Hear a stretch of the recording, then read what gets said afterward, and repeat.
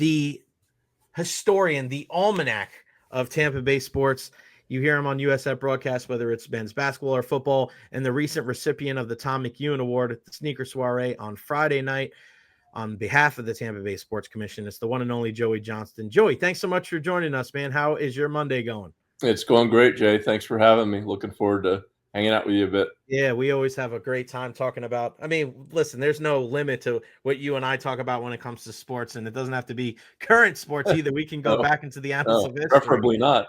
I know you and I love our history. But yeah, just I wanted to ask you kind of to piggyback over the conversation I just had. I saw you there waiting in the lobby with Ian. Just the relationship with players when you're talking to them, whether it's in the locker room, as much as and you do such a great job, so eloquent and articulate, and how you've written stories over the years. But Joey, there's another side of this, like whether it's them as human beings or then like Yeah. things that happen, even if we're there all the time, that we'll never be privy to because we're not in that locker room. We're not members of the team. Right. I've always felt like you never feel like you truly know what's going on. I mean, you think you do, but you don't. I mean, I think if you're there a lot, if you're there every day over the course of a year, you're probably going to have a better chance of being closer to the truth than not.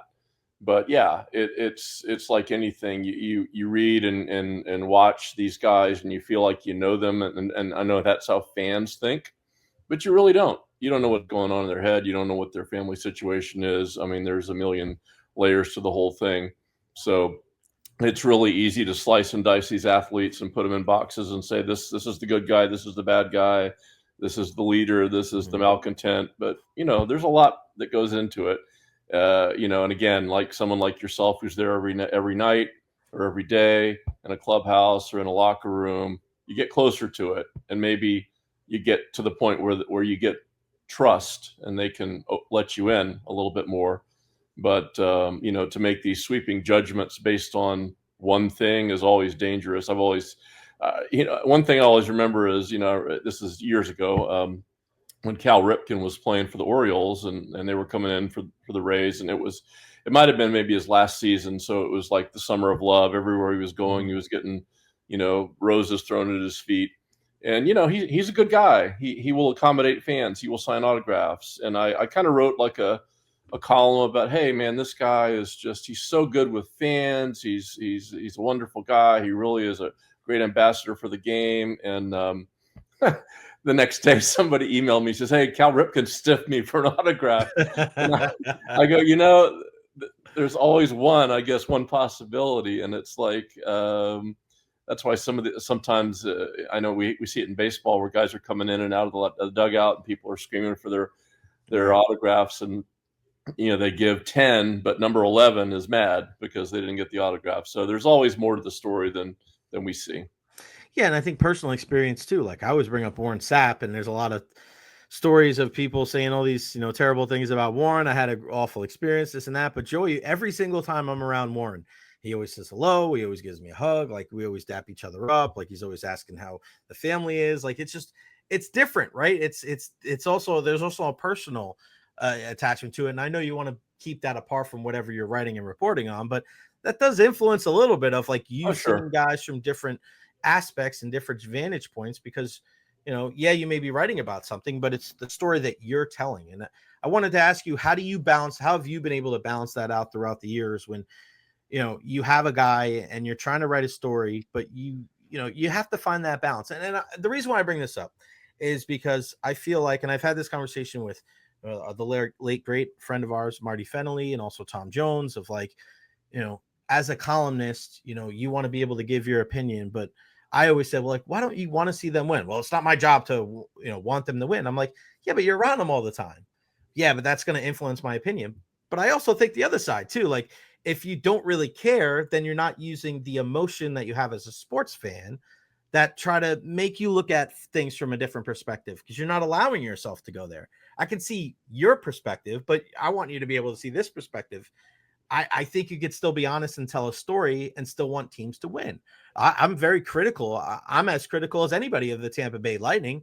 I don't know if many people want to see him more win than I do, but if something happens like last year and I said Sergachev was playing like dog crap, right? Like it's Yeah. just, I don't think that was an opinion. I thought it was a fact, but I'm not going to not critique them just because I've done work with them and I want to see them win.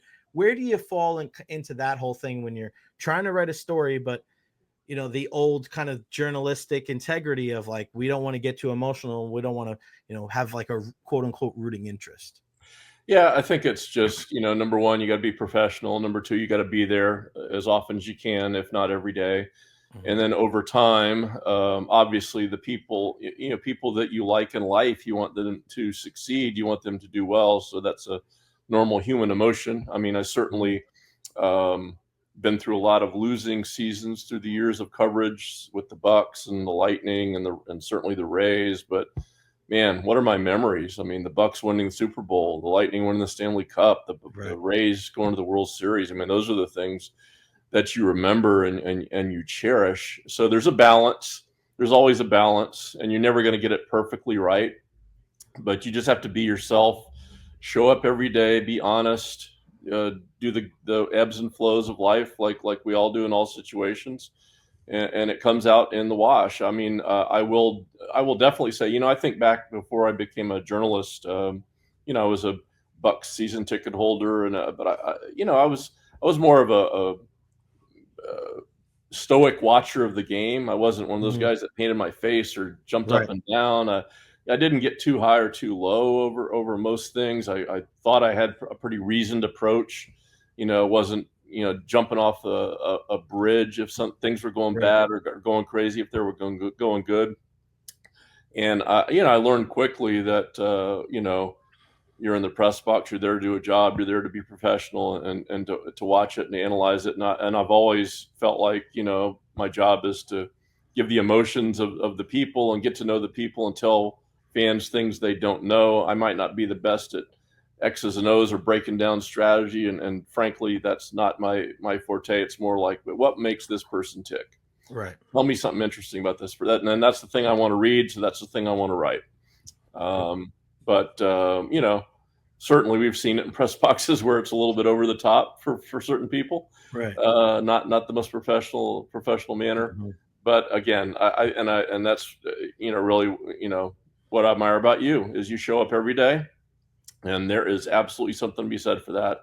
And players know you're there every day; they respect that, and so if you do that, then I think it gives you a forum to kind of criticize, praise, whatever, because you're as close to the deal as you possibly can be. And I appreciate you saying that, man. It means a lot coming from somebody like yourself. And people have asked me that, like, why do you do this? Why do you go to the games? And I don't know if I think I've said it here on the podcast before. Like, I wasn't part of my job when I became a host was not to go to games. That wasn't part of my job title. My job was to host. That was it. The fact that I continued to go to USF football games and continued to go to Bucks games and Lightning games, that was my prerogative. That was my way that I thought that I was going to do my job the best. Yeah, I mean, does it take away my free time and time away from family and friends? Yeah, but I feel like if I'm going to do the job to the best of my ability, I need to talk to Alex Golish after the Alabama game. I need to be there and hear what Tom Brady has to say in his final press conference. I need to find out what Steven Stamkos and Nikita Kucherov and Marty St. Louis, I need to find out what makes those guys tick. And even just having a normal conversation with Braden Point walking into the arena the other night. Like, you don't get that without going the extra mile. And not everybody's like that, Joey. And I know you know that too, man, but you got to be willing to show up a little early, stay a little bit later, put yourself in an awkward position. And to kind of find a way to connect with your audience. And that's why I know it meant so much to you to win the Tom McEwen Award Friday night at the Sneaker Soiree, because he was a guy that, my goodness, there's two people that I really wish I was able to meet that passed before I was working in the industry. And one was Chris Thomas from WDA, and the other one was Tom McEwen, because I've always tried to be one of those conduits between the listeners and the viewers, the fans, and our sports teams, and somebody that tries to connect people. I think being a connector is something that I was put on this earth to do. And Tom McEwen, I know, is such a mentor to you and a lot of the writers here in this town. What did that mean when you got that initial call that you were going to win this award? Oh, it was really cool. It meant a tremendous amount because Tom is really the first word in sports around here for me and always will be. Right. And I know time has passed. It's been almost 14 years since he has died, and so like anything, time passes, and Tom McEwen becomes just a name to some people. They're not really sure who he is, who he was. Right. But let me tell you, nothing got done in Tampa Bay area sports around here without Tom McEwen's approval. Nothing. Everybody knew that.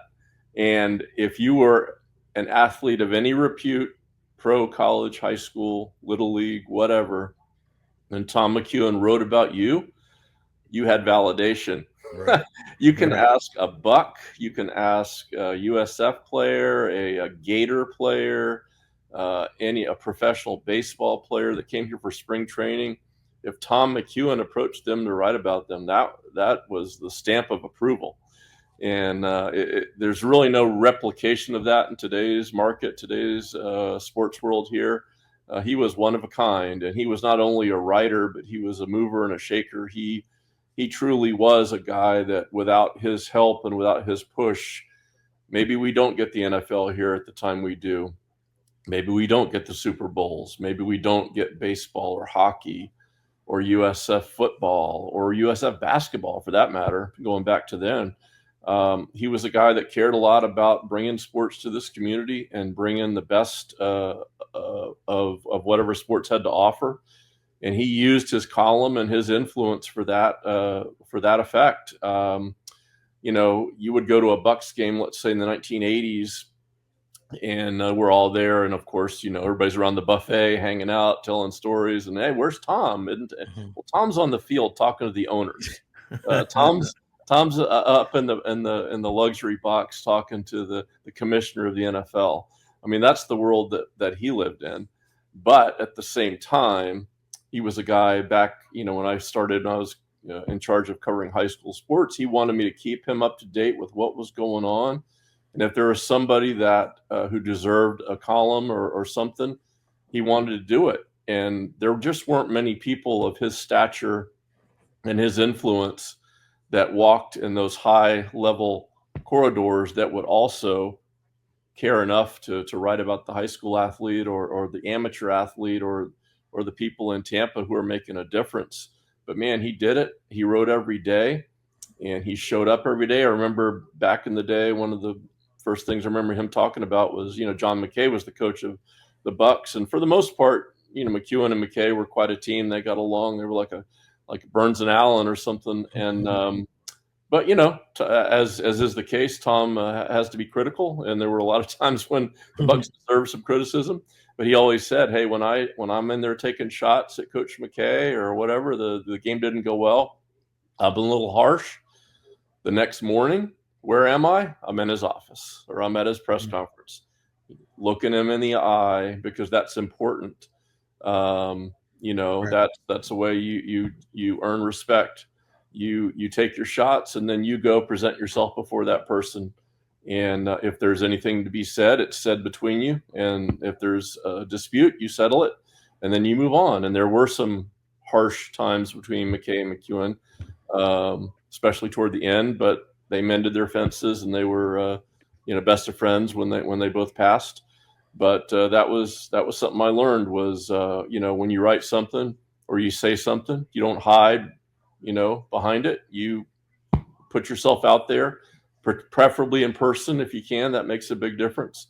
So that was really the influence of Tom McEwen for me, is just that personal touch and that ability to kind of do what you can to help the community grow in sports. And I truly believe, what we did the other night with this Sneaker Soiree and other events where everybody gathers and all the franchises are there, these moments, it wouldn't happen without Tom McEwen, with what he did way back in the day. And that's, some people of the younger generation may have zero idea about that because it just doesn't work that same way. But man, Tom McEwen is on the short list of people in Tampa who have made this place into what it is. I mean, the short list.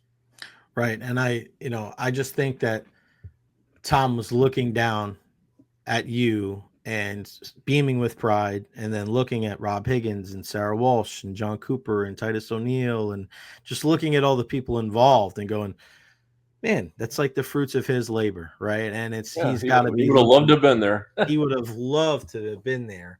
And yeah, you mentioned like people like that's how I hope my podcast to be, is something that, people are like, wow, I'm getting a chance to go on the Jay Recher podcast. Like I Yeah, strive for that to exactly. be. I think there's that exclusivity of it's something special. And my affinity when it comes to local and high school sports, and just trying to make sure that we're looking out for those guys, and Yeah. to have that foresight, to have that, just Tom realizing that this was such an incredible breeding ground for the phenomenal athletes that we see playing professionally. I mean, we still see it. Like, it's not going to stop.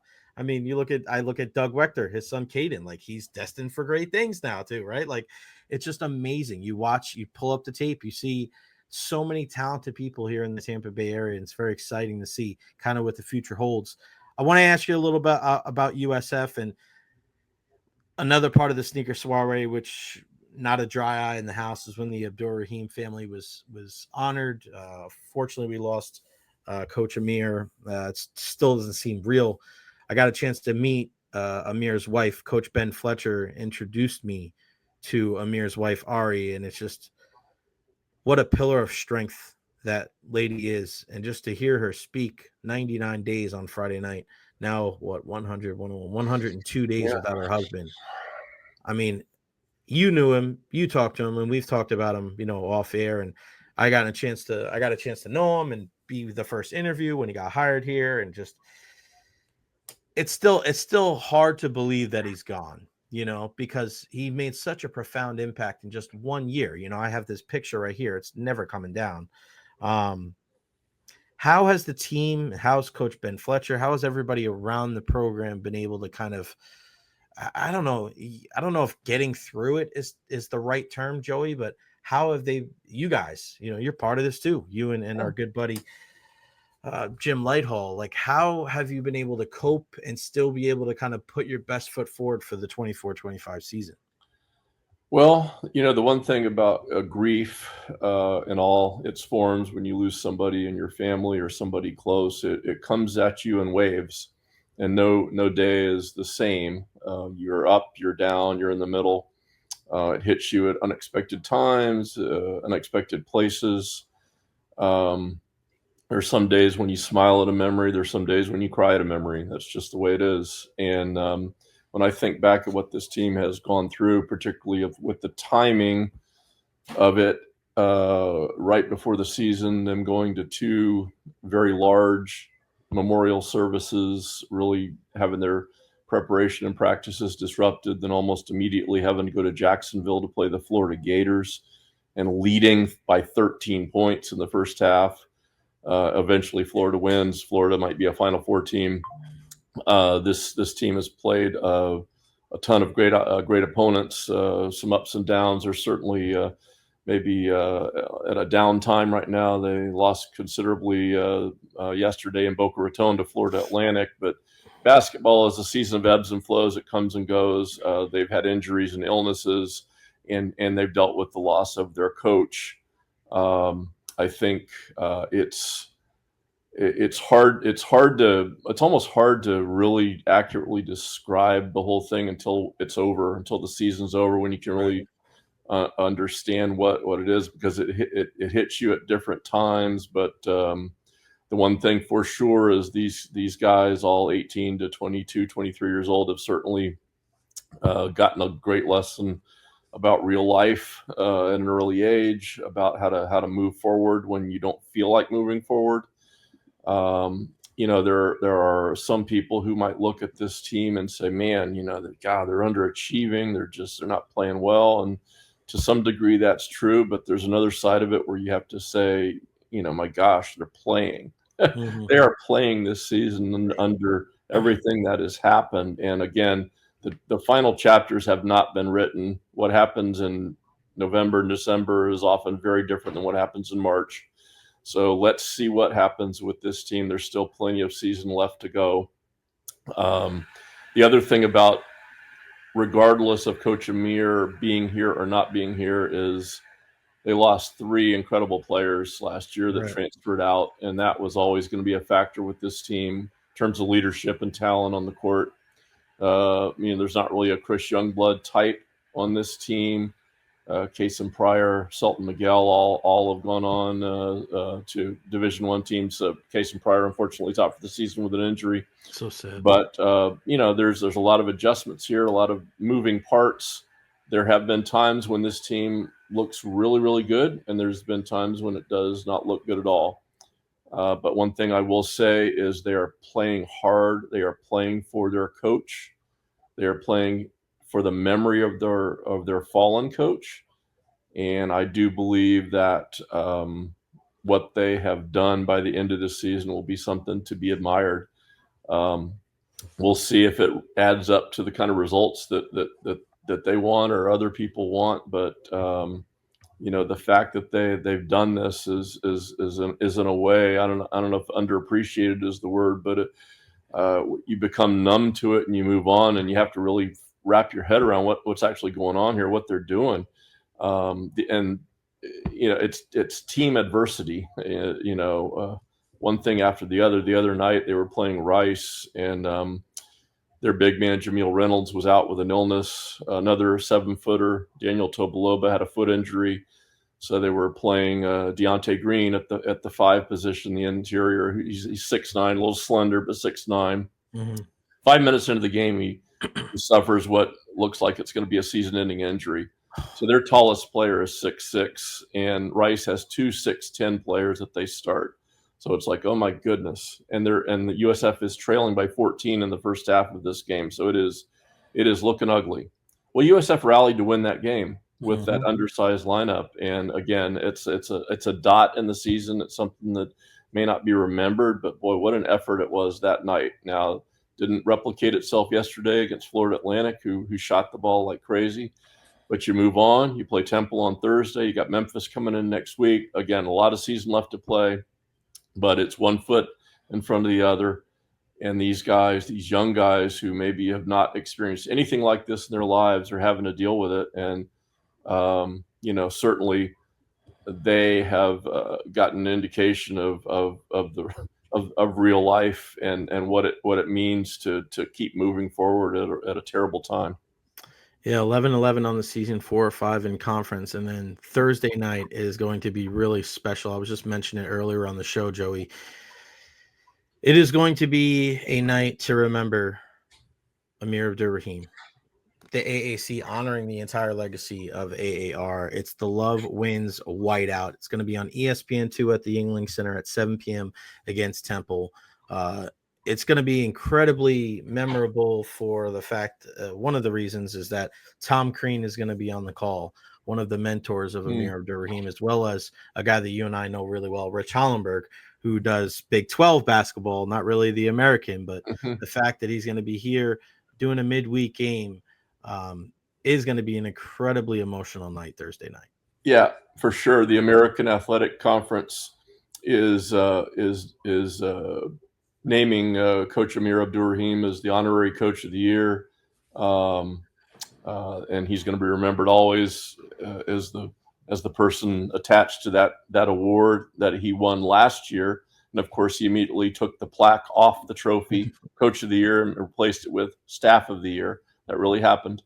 The thing about Coach Amir is, we only had one season with him, but it was a remarkable season, a championship season. That will be our memory forever of this incredible soaring achievement, how he took over this community, everything he brought to the community. That will always be our image of him. The student section was renamed the Coach Amir Abdur-Rahim student section.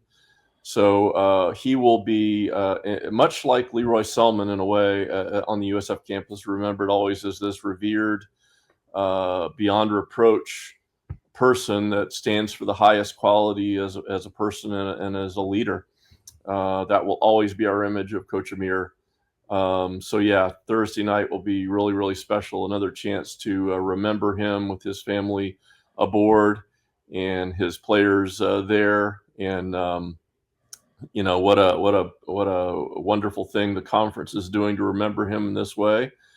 And we will see. We'll see what Thursday brings, but another chance for USF to get a great home crowd and a great home atmosphere. And again, long way to go to March. But I will say I admire these guys a lot for their ability to keep working, because they've been hit in the back of the head with something that none of us ever want to deal with. And these are young guys, and they've had to deal with it and deal with it in their own way.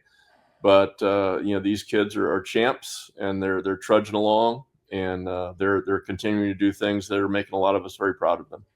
Go to usfbulls.com for all the information on scheduling. Joey's got a great article right now about celebrating the baseball season and baseball, softball. I'll be on the call for years of baseball. Yeah, 16 years of baseball. Players and coaches, go check that out right now. Go usfbulls.com. I'm actually going to be on the call on Friday for USF softball against Michigan. Nice. So that should be fun. And then baseball a bunch of times throughout the entire year. We're really happy to have you, man. That's so awesome that you can be a part of the Stick and Ball broadcast crew. Looking forward to hearing you, man, because you know what you're talking about. So you're gonna help educate us all, man. Thank you, my friend. And also, I let everybody know before Thursday, Lightning game, USF game. I will not be at Amalie Arena. I will actually be on Thursday at the Angling Center for that basketball game. I wouldn't miss it for the world. So I'll definitely catch up with you there. Go follow him on all social media platforms. Joey Johnston 813. We are so lucky to have somebody like Joey telling the story of our wonderful community, talking all things sports. Joey, appreciate the time, appreciate your friendship, your mentorship, and you're the best, man. Have a great rest of your week, and I'll see you Thursday night. You bet, Jay. Thank you for doing this podcast. I look forward to it, and I urge everybody in Tampa Bay to follow your podcast, because you're one of the good guys. You know what you're talking about, and chance to learn a little bit more about sports. The Jay Recher podcast. I tell everybody I know to tune in. So good luck to you. Thanks, pal. Talk to you soon. All right. See ya.